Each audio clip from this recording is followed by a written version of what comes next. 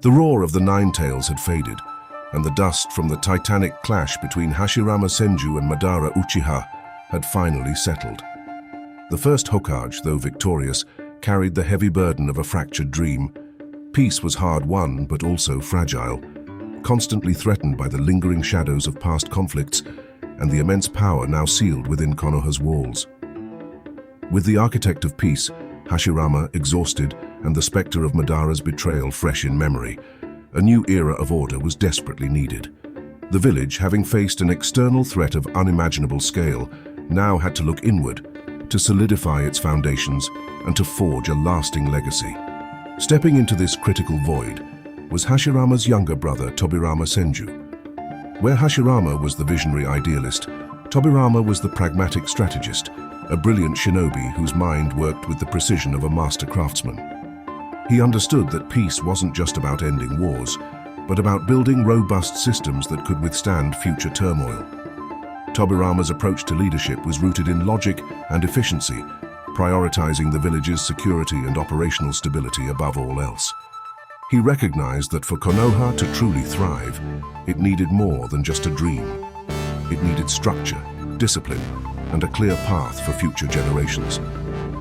His vision was not merely to maintain peace, but to cultivate strength, ensuring Konoha's survival in a world still rife with animosity.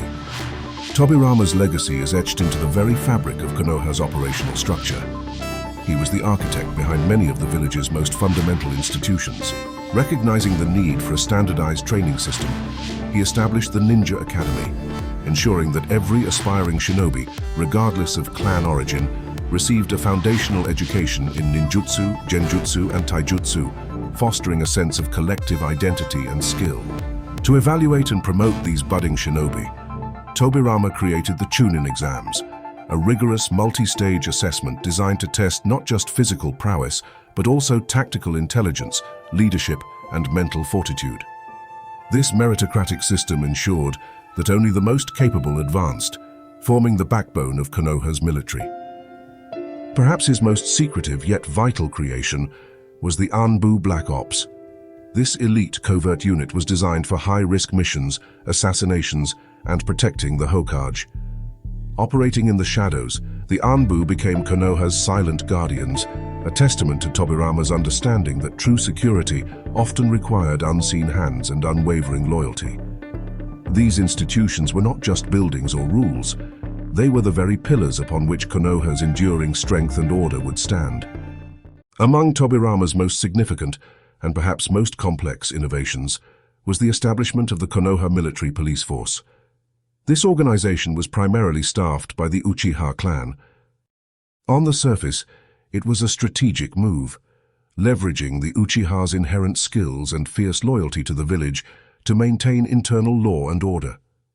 It was meant to give them a vital role, a sense of belonging, and a means to contribute directly to Konoha's stability. However, historical analyses suggest this decision had a dual purpose, one that would cast a long shadow over Uchiha-Konoha relations. By granting the Uchiha this specific internal security role, Tobirama inadvertently, or perhaps intentionally, isolated them from broader village leadership and military operations. It confined their formidable power, particularly the Sharingan, to policing duties, effectively keeping them separate from direct command over other clans or the village's foreign policy. This subtle, strategic placement, while providing an essential service, also ensured a degree of control and surveillance over a clan whose power and past rebelliousness Tobirama viewed with pragmatic caution. It was a brilliant yet deeply divisive maneuver. Tobirama's vision extended beyond Konoha's internal mechanisms. He actively engaged in diplomacy and strategized for the village's expansion and influence within the broader shinobi world. Recognizing that true security also lay in strategic alliances and a strong global standing, he worked to forge relationships with the Land of Fire's feudal lord and sought to establish non-aggression pacts and trade agreements with other emerging nations. His efforts helped solidify Konoha's position not just as a powerful military entity, but as a respected political player on the international stage. These early diplomatic maneuvers and the strategic expansion of Konoha's reach were crucial in setting the stage for the complex power dynamics and inevitable conflicts that would soon engulf the shinobi world. Tobirama Senju, the second Hokage, was a leader defined by his pragmatism and foresight. His innovations, from the academy to the Anbu and the Konoha police force, solidified Konoha's power and established the foundational systems that would endure for generations. Yet his strategic choices, particularly concerning the Uchiha, also laid the groundwork for complex relationships, simmering resentments, and future conflicts. These meticulously crafted foundations, born from the ashes of Madara's betrayal, would soon be tested in a world plunged into war once more. Join us next time as Konoha faces its greatest trials yet, enduring the brutal First, Second, and Third Great Shinobi World Wars. We'll witness how the village's very survival and the unwavering will of fire were forged in the crucible of conflict.